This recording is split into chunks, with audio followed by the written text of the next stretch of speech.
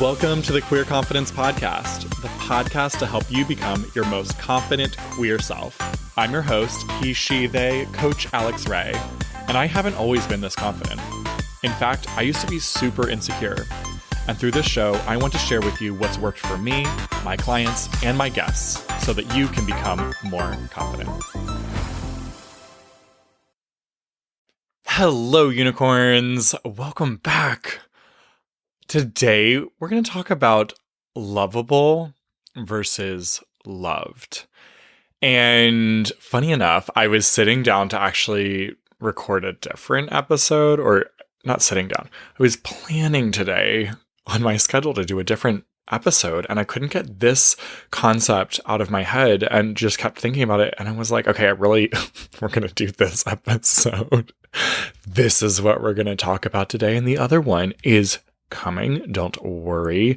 I'm just not going to record it today. This is the one that wants to be delivered to you right now. So clearly it is perfect for you to hear this message exactly when you're hearing it. So today's episode will probably be short, although every time I say that, then it ends up being long. We're going to see. And we're going to talk about this concept of lovable versus loved, because most people think that they're the same thing. But let's separate them real quick. Let's define them. Let's define loved first, okay?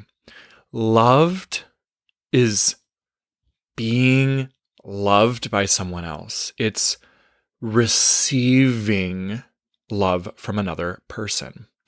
And as you remember from the episode on masculine and feminine energy, receiving is very feminine energy. And oftentimes when you are closed off to being loved by another person, it is because you have not been in touch with your feminine energy. You are not open to receiving. You are closed off and you want to do the doing. And you might even be thinking, if you love harder, then you will be loved. But those are two different energies, two different directions. Masculine energy is the outward energy. Feminine energy is the inward energy. So if you are doing a great job of loving other people, you might say that you are very in touch with the masculine side there. And if you are having trouble receiving love, then you are closed off from this feminine energy side of receiving. So loved, to be loved is to receive love from another person. And on the other hand, we have lovable, right? And lovable is kind of an identity. It's sort of a quality of something or someone. Lovable, right? Lovable is the ability to be loved. The ability to be loved. And the reason I say that it's kind of an identity is because you define yourself as either lovable or not lovable. And often what you do is when you don't think that you're lovable is you start working hard on loving other people. And you might invite new romantic relationships in your life or friendships into your life. And you love hard, my friend. You are really great at loving. And you believe that the more you love another person, the more you will be able to be loved by them. You start doing a lot of things for them. You start taking responsibility for how they feel and trying to empathize with them and do the emotional work for them. You start taking responsibility for their life and what it looks like. You take responsibility for their happiness. You take responsibility for giving them all the things that they want. And the interesting thing is, within a relationship, you're not responsible for giving them everything that they want, right? And they aren't responsible for giving you everything that you want. We all have different relationship purposes in our life, right? You have friendships that might serve a certain purpose for you, and you have romantic relationships that serve another purpose for you. And you might have just acquaintances or business, partnerships that serve another thing for you. And no one person is here to give you all of the things. No one relationship is responsible for all of the things that you want to receive out of your relationships. So there's also a question here for you right there. The relationships that you have, what is it that you're looking to receive out of each of those relationships? What is it that you're looking to receive out of a romantic partnership or partnerships? What are you looking to receive from your friends? What are you looking to receive from your coworkers or your boss or your employees? So first, being aware of how different relationships serve you, right? And not making one relationship responsible for all of them. And then I also want to drop this big old truth bomb on you. All relationships exist in two places, and both relationships are different. Your relationship with your partner, for example, exists in two places. You have a version of the relationship that exists in your head, and they have a version of the relationship that exists in their head. And these versions are not the same. They're not 100% identical. Have you ever thought about that? Your partner or partners have their version of what the relationship looks like, and they have beliefs about what they want to receive out of the relationship and what they want to give in the relationship and how they view you fitting into those giving and receiving things. They have opinions and ideas for what a relationship is, what function it serves them in their life, what you are, who you are as a person. Did you know that? Like, not even just in relationships, but everywhere. A version of you exists in every single person that you know's head.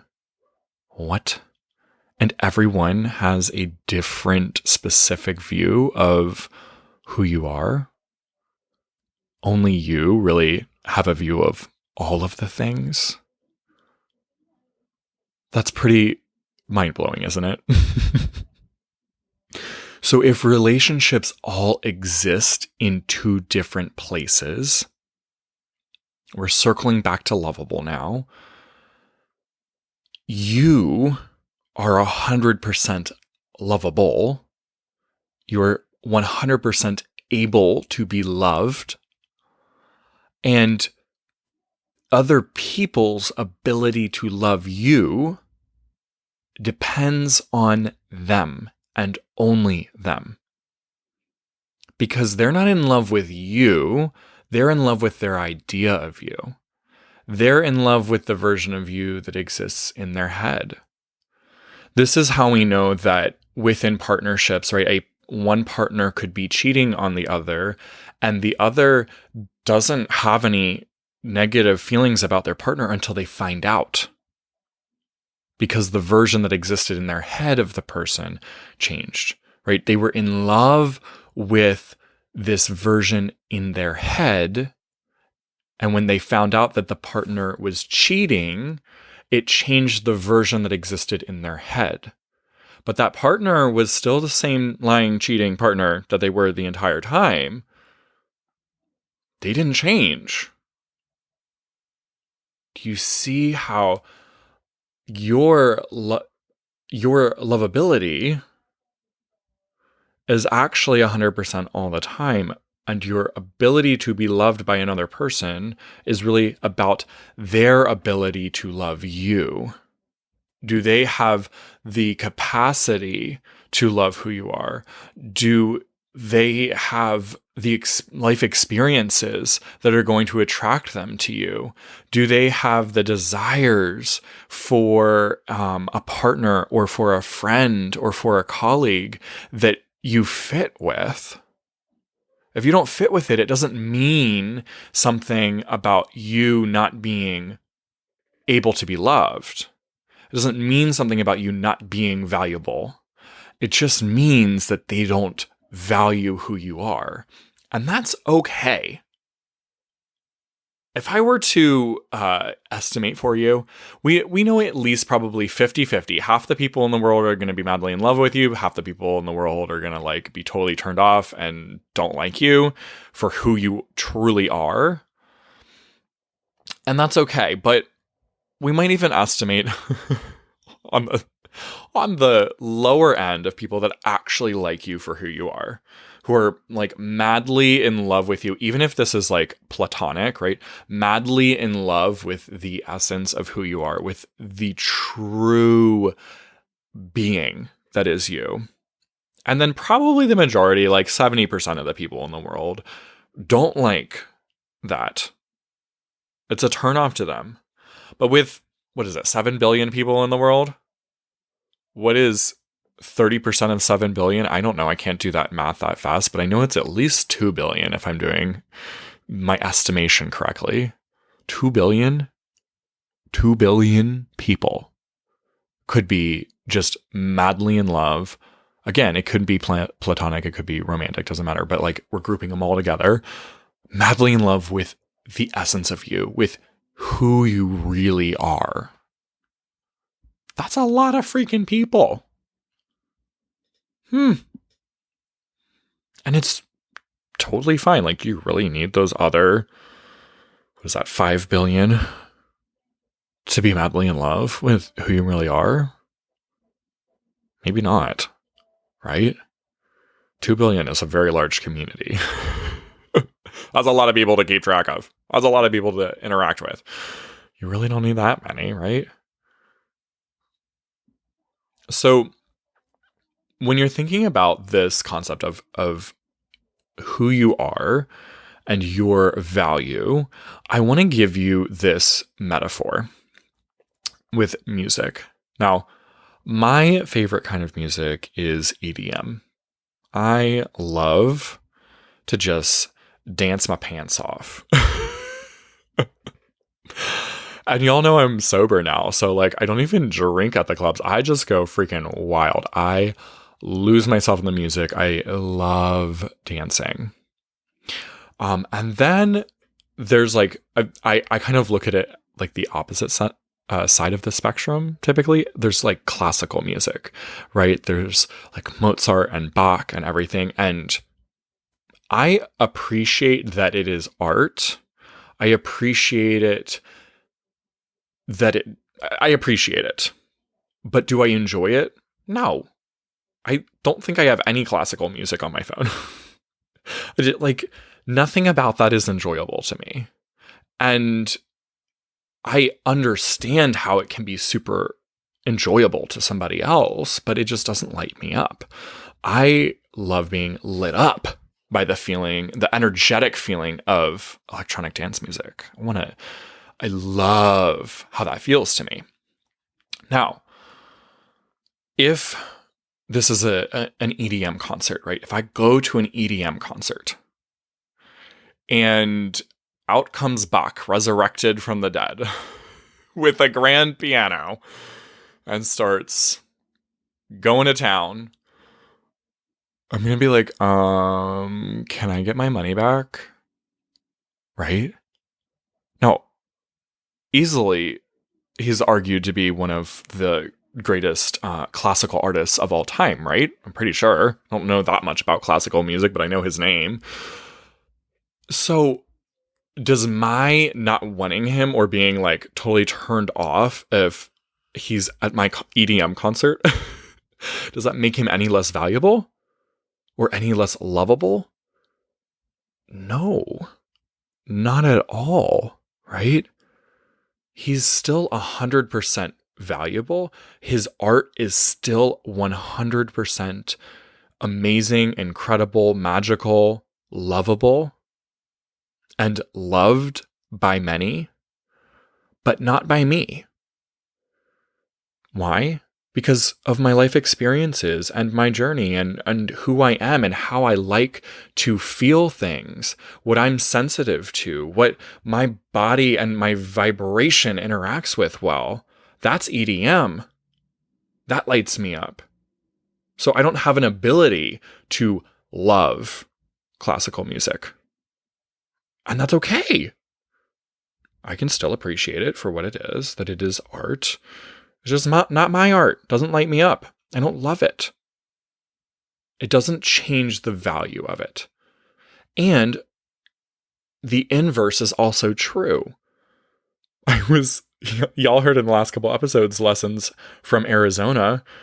I had some EDM playing in the car with grandma, and when I turned it off, she was like, she didn't know it was my music. I think she thought my cousin was playing it, but I was playing it. And when I turned it off, she was like, oh my God, thank goodness. That was awful. She doesn't have an ability to love EDM. That's totally okay. I'm literally not offended at all. Why? Because it has everything to do with her ability to love it, not its lovability. Or my lovability, because I like it. So I want you to think about this for you and your identity and who you are, the essence of your being. It's so much more than what you do for other people. Who you are is a spiritual being beyond description. We have no words. And your only job is to work on your ability to receive love and to love the things that really light you up.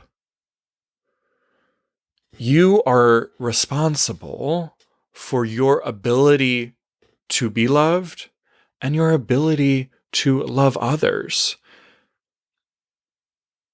And it doesn't mean anything negative about them if you don't have the ability to love them.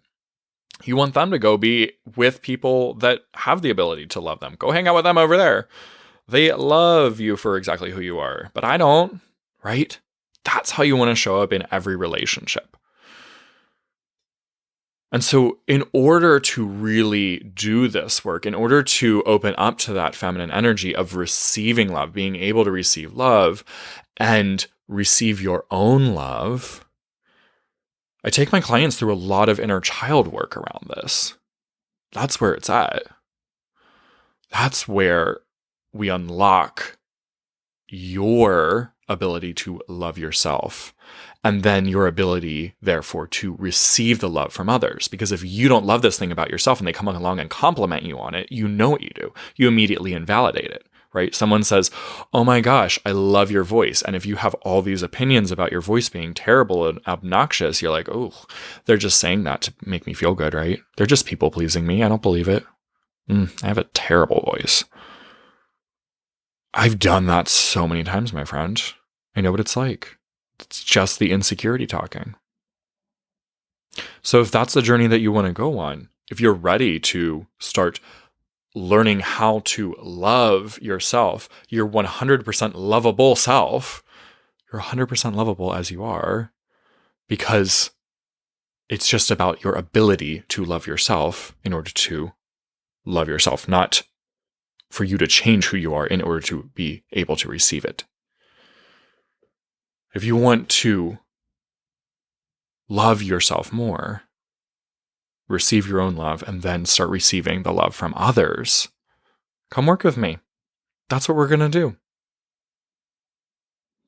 And it's going to open you up to doing the same for other people, to actually being able to move on from relationships that aren't serving you both, to move on in scenarios where it's very one-sided, where you don't really have the ability to love that person for exactly who they are, and you've been trying to fake it because you feel guilty about it. Release them. Release them. It's the most loving thing that you can possibly do for them. So the final word I want to give to you, my friend, is just that reminder once again. You are 100% lovable as you are, just like EDM or just like classical, if that's your thing. You have the ability to be loved. The question now is, do you have the ability to receive that love because of the inner child work you've done or not?